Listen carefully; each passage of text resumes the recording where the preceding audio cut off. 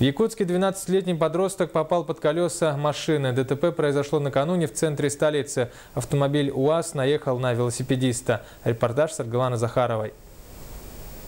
Дорожно-транспортное происшествие произошло на одном из самых оживленных участков города – на пересечении улиц Дзержинского и Чиряева. Установлено, что 44-летний водитель автомобиля УАЗ, следуя со стороны проспекта Ленина в направлении улицы Губина, при повороте направо совершил наезд на велосипедиста.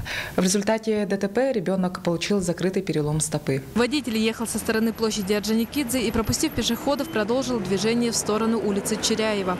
Однако он не успел заметить, как на переход заехал подросток на велосипеде. Допустил пешеходов, основной пешеход, и не заметил, я потом тронулся и не заметил с левой стороны мальчика на велосипеде. Ребенок был на велосипеде или… На велосипеде был.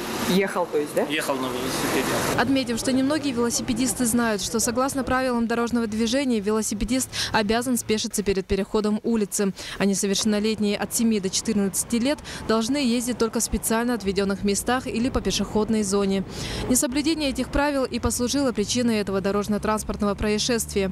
Теперь мальчика ждет продолжительное лечение, а его родители – разбирательство в инспекции по делам несовершеннолетних о неисполнении обязательств по содержанию и воспитанию несовершеннолетнего. Саргалана Захарова, Анна Жегусова, Василий Слепцов, НВК Саха, Якутск.